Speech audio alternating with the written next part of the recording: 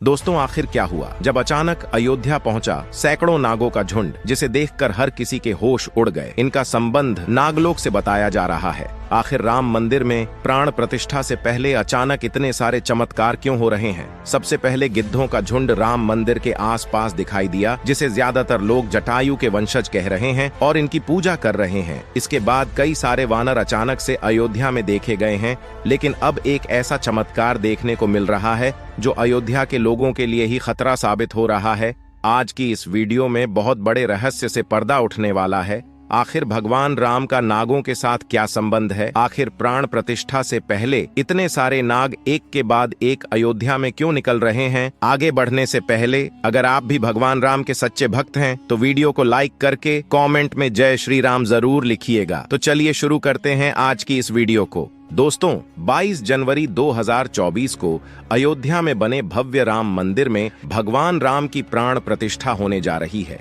इस दिन का सभी देशवासियों को बेसब्री से इंतजार है। राम जी के भव्य स्वागत की तैयारियां जोरों शोरों से चल रही हैं। यह तारीख कोई आम तारीख नहीं है, बल्कि इसके पीछे बहुत ही खास रहस्य छिपा हुआ है। आखिर भगवान राम की प्राण प्रतिष्ठा के लिए 22 जनवरी का समय ही क्यों चुना गया? इसके पीछे का रहस्य जानकर आपके भी होश उड़ जाएंगे। दरअसल काफी लोगों का मानना है कि इस दिन भगवान राम की प्राण प्रतिष्ठा करने से प्रभु श्री राम सदैव मूर्ति के अंदर विराजमान रहेंगे। लेकिन जैसे जैसे प्राण प्रतिष्ठा का समय नजदीक आता जा रहा है, वैसे वैसे अलग अलग प्रजाति के नाग अचानक से अयोध्या में प्रकट हो रहे हैं, जो कि अयोध्या वासियों के लिए खतरा बनते जा रहे हैं। लेकिन गिद्धों का और वानरों का संबंध प्रभु श्री राम से बताया जाता है, क्योंकि उन्होंने रामायण में उनकी सहायता भी की थी। लेकिन इन नागों का श्री राम के साथ आखिर क्या संबंध है? आज की वीडियो में इस बड़े रहस्य से पर्दा उठने वाला है। चौंकाने वाली बात यह है कि इनमें दो प्रजाति के नाग अलग अलग क्षेत्र में बार बार निकल रहे हैं, जिनका संबंध वासुकी और तक्षक नाग के साथ जोड़ा जा रहा है।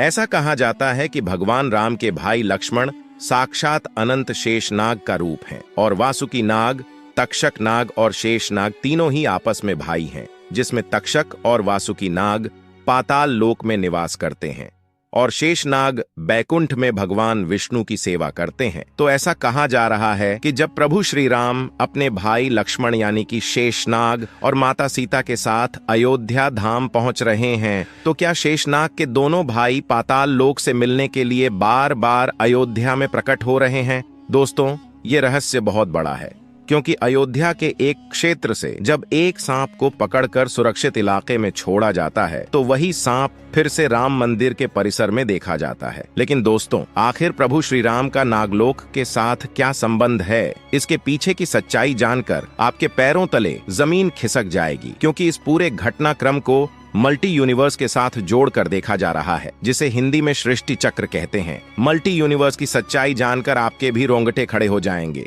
मतलब कि अगर आप इस पृथ्वी पर अपना जीवन यापन कर रहे हैं और आप जो घटनाक्रम कर रहे हैं, वही चीज बराबर किसी और यूनिवर्स में आपके ही रूप के साथ पुनः होने वाली है या फिर हो चुकी है। आगे मल्टी यूनिवर्स की सच्चाई को साबित करने के लिए एक ऐसी पौराणिक घटना आपको बताएंगे, जिसे जानने के बाद आपको भी मल्टी यूनिवर्स की सच्चाई पर यकीन होने लगेगा। दोस्तों, अयोध्या में अचानक से नागों का पाया जाना, वो भी राम मंदिर में प्राण प्रतिष्ठा से पहले, और इनका संबंध भी वासुकी और तक्षक नाग से लगाना गलत नहीं होगा।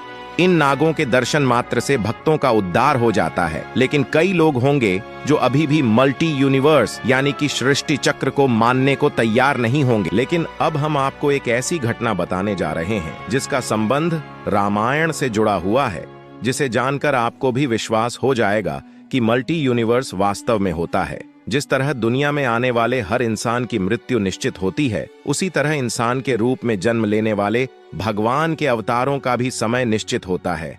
समय समाप्त होने के बाद उन्हें भी अपने प्राण त्याग कर वापस अपने लोक लौटना पड़ता है। उसी प्रकार भगवान श्री राम भी पृथ्वी लोक को छोड़कर वापस विष्णु लोक गए थे।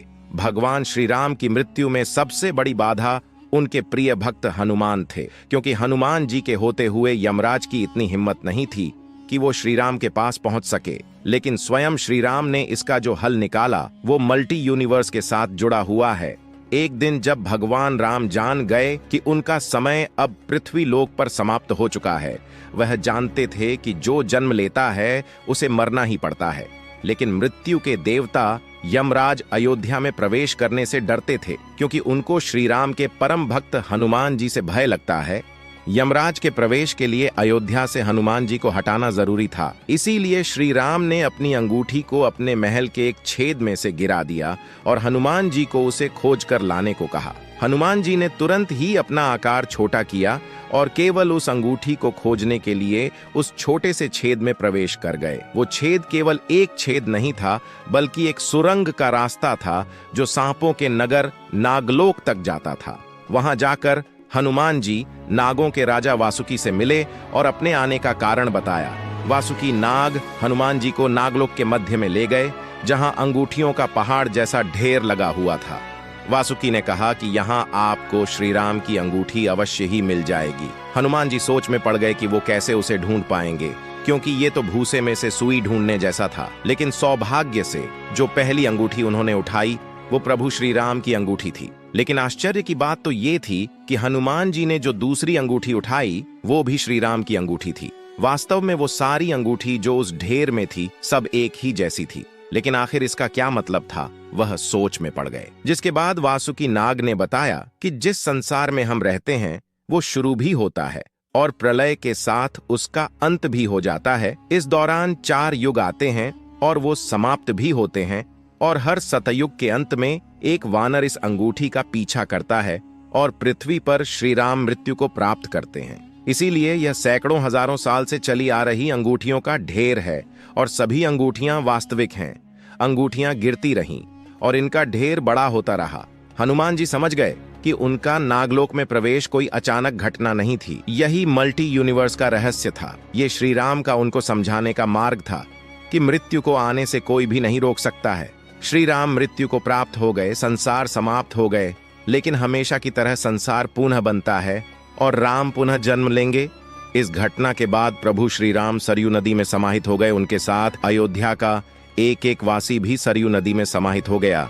यहाँ तक कि सभी कीट पतंगे और पशु पक्षी भी सरयू नदी में समाहित हो गए। ऐसा कहा जाता है कि अयोध्या में जितने भी लोग रह रहे थे वो सभी देवी देवताओं के ही अंश थे, जो प्रभु श्री राम की लीला को अपनी आंखों से देखने के लिए अयोध्या में रहवासियों की तरह रह रहे थे। जब रामायण काल पूरा हुआ तो वह भी प्रभु श्री राम के साथ अपने अपने धाम लौट गए, जिसके बाद कई वर्षों तक अयोध्या की भूमि ऐसे ही पड़ी रही। जिसके बाद श्री राम के पुत्र कुश ने अयोध्या को फिर से बसाया। इसका उल्लेख रामायण में मिलता है। कुछ इतिहासकारों के अनुसार सबसे पहले राजा विक्रमादित्य ने भव्य राम मंदिर का निर्माण करवाया था। दोस्तों, आपको बता दें कि अयोध्या में राम जन्मभूमि मंदिर पर सबसे पहले विवाद की कहानी 1528 से शुरू हो गई थी। ज्यादातर लोगों का मानना है कि मुगल आक्रमणकारी बाबर ने उस भव्य मंदिर को तोड़कर वहां पर एक मस्जिद का निर्माण करवाया था, लेकिन 1992 में बाबरी मस्जिद को भी ध्वस्त कर दिया गया और अब उसी जगह पर आज एक भव्य राम मंदिर का निर्माण हो चुका है, जहां 22 जनवरी 2024 को भगवान श्री राम की प्राण प्रतिष्ठा की जाएगी। दोस्तों, राम मंदिर का इतिहास बहुत बड़ा है। ये कई लोगों के संघर्ष की कहानी है और कई कारसेवकों के बलिदान का प्रतीक है। भले ही हम इस संघर्ष में हम भाग नहीं ले सके, लेकिन ये हमारा सौभाग्य है कि हम राम मंदिर को बनता हुआ अपनी आंखों से देख रहे हैं। दोस्तों, अगर आज की यह खास वीडियो आपको पसंद आई है तो वीडियो को लाइक करके चैनल को सब्सक्राइब कर लीजिए। आज की इस वीडियो में बस इतना ही। मिलते हैं अगली वीडियो में।